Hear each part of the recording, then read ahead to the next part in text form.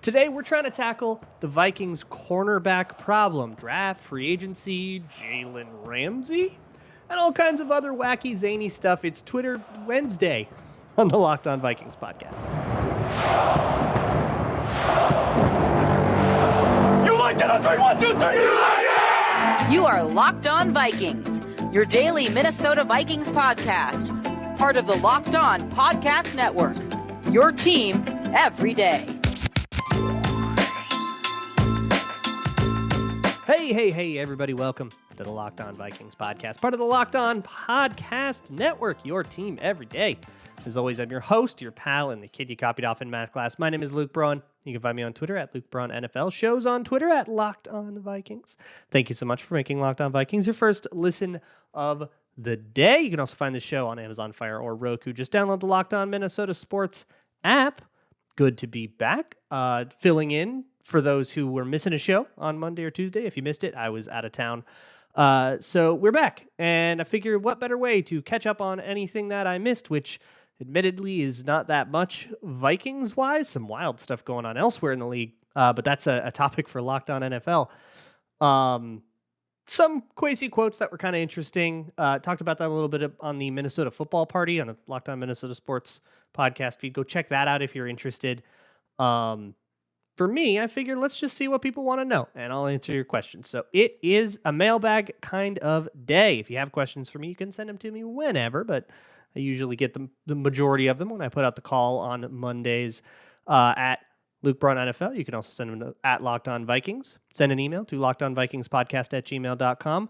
Leave a YouTube comment or fill out the Google form in the show notes. But let's dive in. Got a bunch of cornerback questions. So we'll go through those first. And the first one comes from Mirgondo, who knows ball, who says Jalen Ramsey, Viking?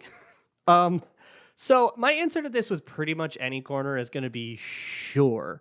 It's not going to be very difficult to talk me into a solution at corner because the Vikings need to do so many. They need to fill out that room with enough able-bodied humans. But they also need starters, and if you believe that the young guys on their roster are already starters, then they need depth. They probably need competition for those guys, which means they need starting quality guys, which means they need starters.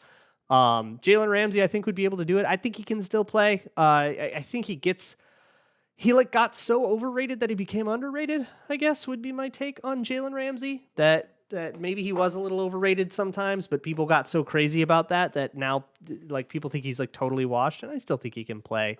His contract, should we inherit it, would mean that he costs us $17 million on the cap, which is like a really great value. Obviously, adding a $17 million cap charge with our cap situation is difficult, but certainly doable. Go check out all of my cap materials, the how to save the cap without cutting anybody episode of this show, as well as the one about Thielen and Harrison Smith. And on patreon.com/Luke Braun NFL, there's a video about counting beans that's in the football 201 section. That's like a salary cap explainer, and you'll get how the Vikings can do that. So I think they can totally swing that. That said, he only has $5 million of his deal guaranteed. He's got 3 years left on it. And on March 19th, a whole bunch more of that becomes guaranteed.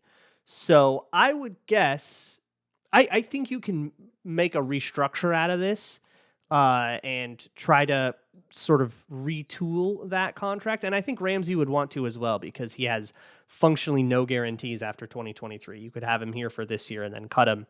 And that seems like a situation he wouldn't want to be a part of. So I think it's doable, and then it just comes down to draft compensation, which with that contract and with Jalen Ramsey and being, 29 years old, I have no idea how that would work out, and I don't know what the Rams are looking for. So I can't really speak to that. But I think it's as viable as anything. But what I'll say about this is when it comes to free agents and draft picks and guys out there, never get attached to one name, because one name is to you is one of 60 to a team. You can kind of see this in the way that people report, especially like the way Darren Wilson reports free agency, which I love. But he'll tell you, hey, they called this guy, they called that guy. He'll throw out names and stuff. And I think we'll often like hear that. And he has like a lower threshold for how far along that process needs to be before he'll say it out loud. Like all the other beat writers will wait till there's like real steam to be like, Vikings in talks with so-and-so. Doogie will do it if they like called his agent and they were like, hey, you want to talk on Tuesday about maybe setting up a meeting to talk about the contract? It's like, yeah, sure. Let's get sushi. And like, that's it. But there's a difference between genuine steam and agreed to get sushi with the agent. So don't get crazy about whatever names get reported. And hey, if you strike out on Jalen Ramsey and then you strike out on another corner and you strike out on the other corner, they'll get a corner. It's going to be someone. If they go into the draft with no cornerbacks, we can be mad. But there'll be someone. And whoever that guy is, then we'll evaluate that then. But I tend to, and I know during free agency, I'm going to get a lot of DMs and questions about like, what are they doing? Where are the corners are all getting snapped up? Where are all the corners going? They'll get someone. I don't know who it'll be. It might not be a guy you've even thought about before. And maybe it will be a guy you've thought about before. But whoever it is, I typically like to wait till after it happens to go too deep on it. But Jalen Ramsey is an interesting idea nonetheless. I have no idea what that compensation would look like. Eric the Red asks, what would be a more valuable addition to our roster given our new defensive scheme and current personnel? 1 elite shutdown corner or 2 moderately above average corners? So both of these are, especially if you're talking about the draft, both of these are like pretty high, lofty goals in one offseason. And that's sort of been my gripe with corner, is that like the real answer to this is that like, that's why I'm saying like they need to be in desperation mode with corner, because a regular offseason ain't going to cut it. And there is, I would say the odds on favorite is Vikings cornerback is a problem in 2023. And it just like harms their season. and they have to spend multiple years to fix this.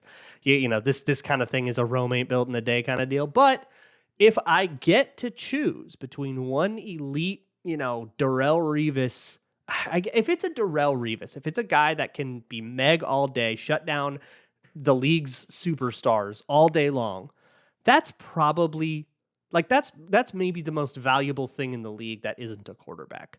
But if we're just talking about, Sauce Gardner or 2 Kobe Bryants,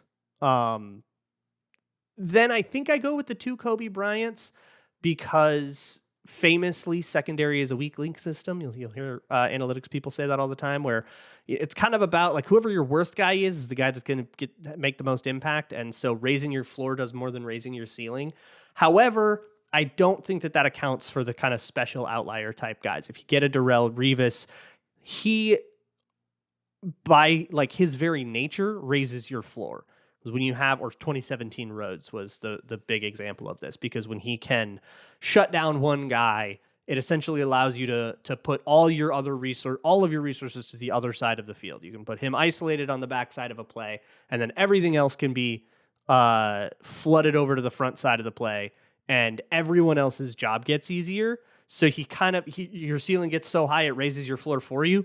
And as weak link a system as cornerback is, that's going to be more valuable. But in most cases, it's going to be the 2 guys.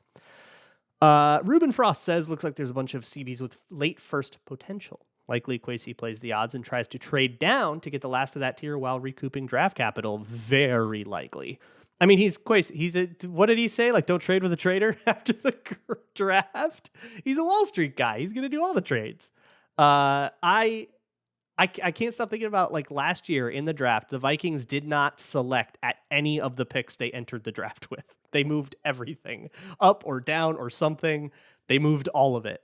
So we're going to see lots and lots of trades. And I like that. I think if nothing else, it's fun, right? It's fun to watch them bounce up and down the board. You kind of are always in, because maybe they'll trade up to this pick. And as soon as they're up, maybe they'll trade down. And now we got to look at what that is. I think it's fun. And also, I think for the most part, he got pretty good value. Got a little stiffed by the Lions in the first trade, but then I think he got pretty good value. So yes, I think he's definitely going to trade. But that's also like kind of part of it. It really depends on who drops. I think the top three corners right now are Keely Ringo out of Georgia, Christian Gonzalez out of Oregon, and Devin Witherspoon out of Illinois. That seems to be the 3 guys. There's other dudes. There's Joey Porter Jr. There's the other names are escaping me, but there's like a lot of corners kind of deep in this draft in the sort of middle band, 3rd roundish range. But I think you could go picking one in the first round does not preclude you from picking another. It's not one of those things like getting a running back where, you can just get the same guy. Like, no, we need both. We need all of it. So I do kind of want them to still take a stab at that top range of corners, but then there's also the top range of wide receivers too. And if they do that instead, there's an argument to be made there. I think the likelihood that there's more than one guy that the Vikings would be willing to take at 23 are available at 23 is really high. And I think if that's true, I think Kwesi trades. So I think this is a pretty good outcome to like favor. Look, I have so many more questions to get to. We're going to have to blister through some of these, and I'm sorry if I don't get to all of you. But you guys are so into the mailbag. I love it. We'll get there. But first, let me talk to you about America's #1 sports book. You can start grambling on the draft. You can bet on who the first at every position is off the board. Who first overall. Is it going to be CJ Stroud or Bryce Young or one of the D linemen? In a way that's kind of like predicting whether or not the Bears will trade. For me, as a Vikings fan, wishing ill upon the Bears, my favorite thing would be if they stayed and picked one of the defensive linemen, who would be a great disruptive force. Nothing against those guys. But if they pick like CJ Stroud and then like trade Fields away, I think that's really good for them, and I would hate it. And if they trade down, obviously that's going to help them build around Fields a little better than they have in the past, and I would hate that too. I would love if they just like stood there, picked, and like took an edge rusher. But whatever you think might happen, or you can bet on the NBA or NHL, you can find it all at FanDuel. And if you're new, that's great, because you can get that no sweat first bet up to $1,000 in bonus bets back if your first bet doesn't win. Just get the FanDuel Sports app, which is safe, secure, it's super easy to use, and you can bet on whatever you fancy. Don't miss the chance to get your no sweat first bet up to $1,000 in bonus bets when you go to FanDuel.com/lockedon. It's FanDuel.com/lockedon to learn more. Thanks again for making Locked On Vikings your first listen of the day. Let's keep it rolling here. Walters asks, who is your draft crush right now? Error 404, draft crush not found. I'm still pretty shallow into it. All right. It is currently the wee hours of March 1st as I record this. So I have not been at it all that long, and I'm going to be slow with it. I don't need to get to every prospect. I'm going to take my time, and I'd rather get guys right than get more guys. But I mean, can I say CJ Stroud? But he's like everybody's draft crush, so that's like super lame. I just finished today watching Jordan Addison. I like him a lot. I like Christian Gonzalez, but not for the Vikings. Like, I love him going to Sean Desai just signed with the Eagles. I love him there or with the Seahawks. Like somewhere that plays a little bit more matchy zone 3. But I don't think I haven't found that guy yet. It might be Devin Witherspoon. I'm waiting to get Devin Witherspoon. Send me your Illinois tape, please. Let me get back to you on this one. I don't have him yet.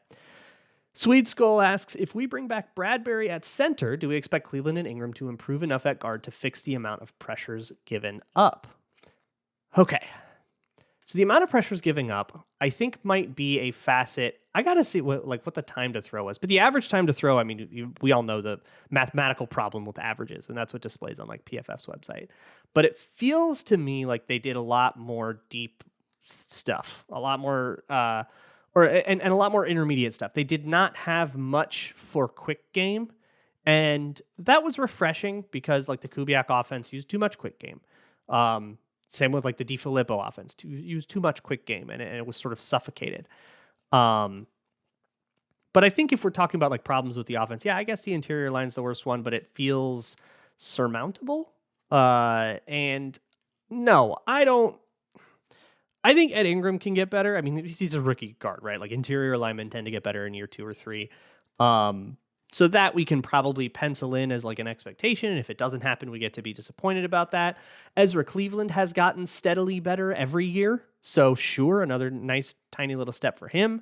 Not sure what you would expect from Bradbury, but I do think that the opportunity to improve is there.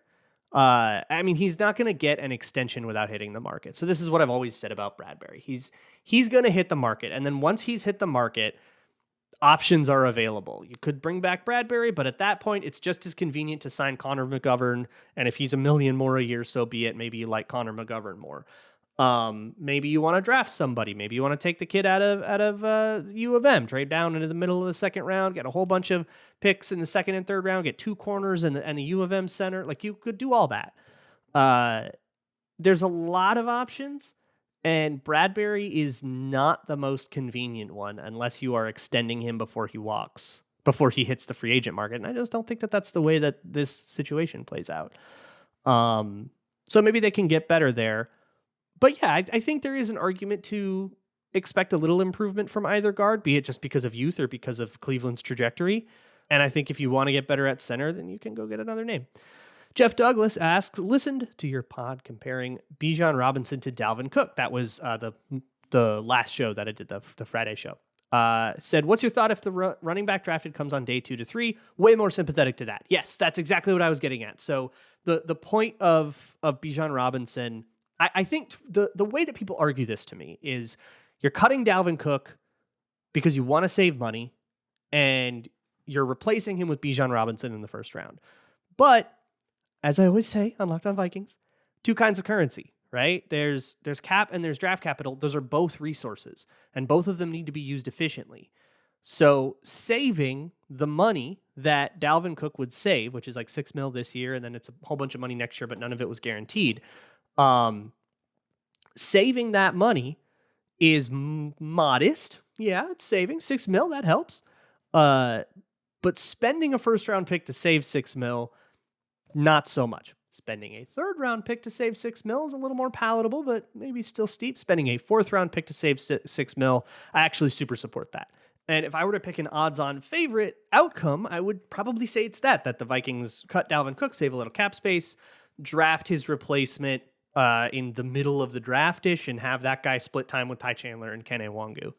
Similarly, Kurt asks, is there room on Dalvin Cook's contract for a restructure? I hear cut or trade a lot, but haven't heard a lot of talk about restructuring or extending him to bring the hit down. Oh yeah, trade is also great too. If assuming you can find a trade partner, but I'm just like not taking that for granted. The restructure of Dalvin Cook's contract is fine. You can save, I think, a decent amount doing it. Just on like the raw restructure, you actually can save $6.2 million. But the problem is that he then becomes a much more difficult cut next year, and you kind of don't, you keep yourself kind of stapled to him.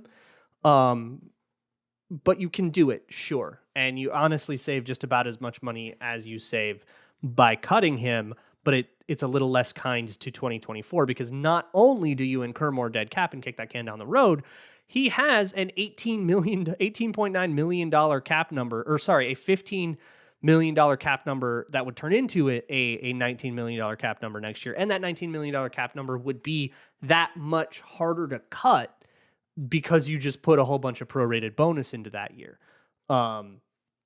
So I'm not really into it with restructuring Dalvin per se. I make a choice on him. Is he your running back or not? If he's your running back, then keep him, restructure him, do whatever, make him your guy. But if you're not doing the bell cow thing with him, then let it go. And, just toss a 5th rounder at this and get Mo Ibrahim and move on.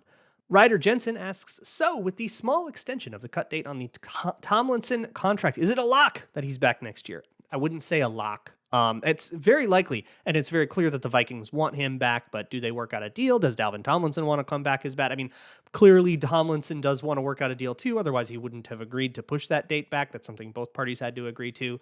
So, seems like they're both interested, but obviously money is king. I have a ton more questions here. One more. Kenneth John Bailey says, do we keep Mullins as a backup, or do we go after someone like Wentz to back up Cousins? I feel like I need to say, I don't seriously want Carson Wentz, guys. People on Twitter thought that was a serious tweet. I'm just saying everybody's a Viking because that's the meme. No, Carson Wentz is not I don't think is a better idea than Nick Mullins. Nick Mullins did a good job as a backup, and he did a good job with as far as I understand, with the backup duties that a backup actually does, the kind of preparation, being halfway a QB coach, the backup quarterback is on an NFL team. It's like what your job really is, and then sometimes you're an insurance policy. I'm down to bring Nick Mullins back and keep it rolling. I'll get to as many of your questions as I possibly can. So we're going to keep it going here on the Locked On Vikings podcast. Next question on Twitter Wednesday here on Locked On Vikings comes from Cho, who says, when do we get to abolish the phrase kicking the can down the road? Hear it 100 times a day now, and my head is going to explode. You can't keep kicking the can down the road as a belief doesn't make sense. Does the road end? Will the can disintegrate? Did you get hit by a car? The analogy has equal amounts of logic and truth. Love the rant. And I agree. Kicking the can down the road, here's the deal. It's like yes and no. The idea of deferring the inevitable is annoying to a lot of people, but this is not your personal finances. This isn't making minimum payments on a credit card and having the interest grow on you. When you restructure contracts and do void years and all of that stuff, the threshold here is, did you push more into the year than what you're paying off now? In terms of like prorated bonus and all that stuff. Are you paying the debt down? And I think we get kind of crazy about if you have, $50 million over the cap you have to make. And to do that, you have to push a whole bunch down the road such that next year you're going to have to make $30 million in cap space. As long as that goes down, you're doing okay. But if your 40 becomes 50, becomes 60, becomes 70, then you're doing too much. And eventually, you're going to hit a tipping point where you have to do like what the Bears did. But as long as that debt keeps getting paid down and that next year looks okay, then we're going to be all right. And the thing about it is, by the time the league year turns over, the Vikings are going to have like $40 million next year to work with of 2024 cap that they can then commit to free agents and essentially participate willy-nilly in free agency just by kind of using next year's money. This year, they're 24 mil over the cap, and very little of it is tied up in prorated bonus, except with like Daniil Hunter in particular. Everybody else is like really fungible. So how much money of that is fungible is the important thing. That's the kicking the can down the road thing. But yeah, the other thing is the road never ends and it continues to get wider. The cap keeps moving up. So if you take $100 from next year and put it into this year, that $100 was a lower percentage of next year than it was this year, and therefore it's more valuable to this year. So kind of doing the restructure thing to borrow money from when the cap's going to go up to use it right now is like, there's a value in it. There's an efficiency in it. But unless, we get to a point where everybody's just got all your prorated bonus triples. If we hit a triple word score on prorated bonus, everybody will be in a lot of trouble. Get Quackin says, what is the most you would be willing to give up to move up for a quarterback in the draft, I presume? I said it on the Anthony Richardson show. This year's first and next year's first. Move up from 23 to 10 at the cost of next year's first, or to 12, I think was the trade I came up with. That seems good if that's the deal the Texans would take. And by most trade charts, they would. I know it's different with a quarterback, though, so maybe you have to give up more than that. So, like, a first, like 23, 87, and next year's first to go up and get a quarterback, that's probably it. That's probably as far as I go. Human Participant asks, can you explain the player profile we're looking for at defensive tackle, including variations, defensive end, and outside linebacker? I'll go over the sort of, just for the sake of time, I'll go over the common threads. You're looking for explosion. You're looking for somebody who's good at stunts and somebody who can win one-on-ones on the interior at all of those positions. We want a little bit more speed, I think, which makes the whole Dalvin Tomlinson, Harrison Phillips, Kyrie's Tonga, that trio right now is a really interesting group of people because they're not fast boys. They're big boys. But all of those pass rushers are, I think it's important that they can cover gaps very quickly, whether you see that as the like 10 split kind of speed or whether it's like short shuttle kind of speed, whatever you think measures that. That explosion is going to be really important. That sort of short area speed. I don't even want to say quickness because it's not like a route running thing. You do have to cover like several yards of distance. But that's going to be really important. And then of course, just like pass rushing prowess. But otherwise, I don't know. And Human Participant says like, I'm lost and I need an adult because of the 4-3 to 3-4 switch. So if you're confused there, forget the 3-4-4-3 thing. Brian Flores uses both. So it's like totally moot. If you can do one, we use that. If you can do the other, we also use that. But also it's old words. You're talking about 1995 terminology here. You might as well be calling it 72 or like 989 skinny post to Michael Irvin. Like, this is outdated. I guess the thesis of this Brian Flores defense is whatever you can do, we've got a tool in there for you to do it. So I guess you're looking for specialization. I want dudes that are great at something. Whatever that something is, we'll figure it out, but we want dudes who are awesome at something. Maybe awesome at many things. Maybe you can be versatile too, and versatility is kind of one of those things you can be great at, but give me somebody with something that they rule at. Like Azeez Ojulari comes to mind from a couple drafts ago, where he was like really good at cross chop around the edge. Okay, we can work with that, like unique Ngakoue kind of stuff. Horns and Hoops asks, is AP a generational running back talent? Oh, Peter.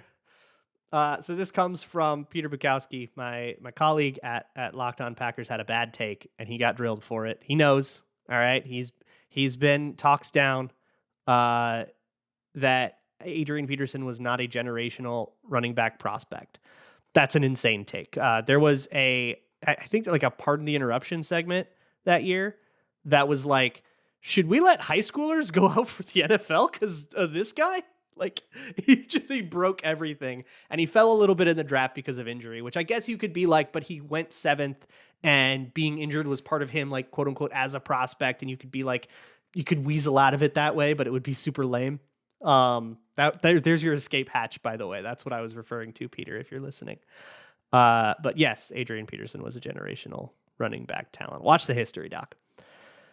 The Mad says, what's up with Void Years? I feel like they popped up a couple of years ago, but could be wrong. Are they a part of the CBA or just some smart trick GMs figured out? So they've been part of the CBA. It's not that's not new. But they are a lot more popular right now because the cap is exploding a lot. The reason is the new TV deal. Because the cap is exploding so much, it goes in 2 years, the cap raised by like 25%. Like, that's a game-breaking amount, which means borrowing from those inflated years has that efficiency that I talked about earlier in the show, and void years are an insanely aggressive way to do that, but that insane aggression is efficient now. It's actually, it's a lot more, there's a lot more meat on that bone, and it's a less crazy feeling thing, so it's become more popular. That's my theory to this, but I'd be open to hearing other ideas. Adam Parrots asks, how are draft picks and where a player is taken correlated to their future performance / likelihood to pan out in the league? So for this, Adam, I would point you to various draft charts. This is a very vague thing, right? This is going to be, this is the zoomed out question. So you're never going to be able to get specifics, but there are several draft charts. There's the old school Jimmy Johnson one that he used to do like the Herschel Walker trade and stuff. Most people agree that's pretty outdated. There are a lot of versions of, like, I'll call them the nerd charts, the analytic charts. This is probably closer to what Kwesi uses. These are ones that you can find, like the Spielberger Fitzgerald one that's based off of like how much money that draft pick makes and like value over that. There's like, I think there's a PFF version that's very similar, that's more based on like how these picks tend to turn out versus the money that they cost. There's a Harvard version that is a little old, but gets the gist across, that's based on just like where you get the best players. There's the Rich Hill version, which is what I usually use when I'm trying to project draft trades, because it's based on trades that have previously happened. So I think it better approximates the trading market, like how much it actually costs to move up. So depending on what you're looking at, you kind of can use these trade charts to say, okay, how much does it cost to move from 50 to 25? Can I do that for a 3rd round pick, or is that not real, or what? You can answer those questions on that. It's a good tool to help orient yourself on what it's like to move up and down the board.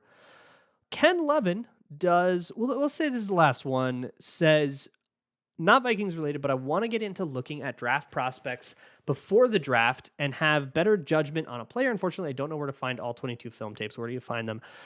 To find all 22 of college, it's a little bit wonky because there isn't like a game pass for college. So you have to go to sort of the black market, ask around. but I'll give you a couple Patreon. Go subscribe to Coach Vass on Patreon and subscribe to Caddy's Cut-Ups on Patreon. You'll get a ton of all 22 there. Vass in particular also will give you access to a lot of tools that like high school coaches use. His Discord is an awesome place. You just watch coaches talk about stuff, and just through osmosis, you can pick up more than you think. But I think it's really more about wanting to learn that. And I think like the way people consume football, the way most people consume football is you really just kind of want to know who the good players are. So you got something to bring to the bar stool. Right. And that's okay. And I think if it sounds like you are, if you're like me and you want a little more than that, you want to really understand the ins and outs and take a more academic approach to that, the hunger to never stop learning is going to be your best asset. You go to CoachTube and find stuff, find clinics, message me. I'll send you some clinics. Message me with a position you want to learn about or a technique you want to learn about or whatever. And I'll send you, what I've learned from. It's also not a bad idea to just start watching all 22. But here's my principle, and I'll leave you with this. If I ever look back 2 years into the past and think I was pretty smart, then I don't think I'm learning enough. I should look back at, I look at my 2020 draft takes. I was an idiot. I had all kinds of dumb stuff. I always want to look back 2 years and think, my God, how far I've come since being the kind of guy that essentially looked up PFF stats on Christian Fulton and thought he'd be a stud. What a dumb boy I was.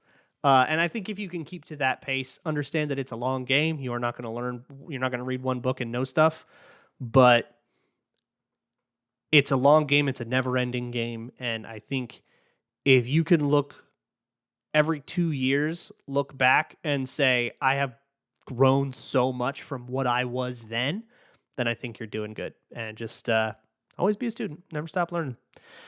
That's what a lot of coach types have told me. And that's what I'll tell you, dear listener. Tomorrow we'll catch up on whatever other news stuff we feel like we need to talk about. Or I don't know, maybe we'll just talk about Jordan Addison. I don't care.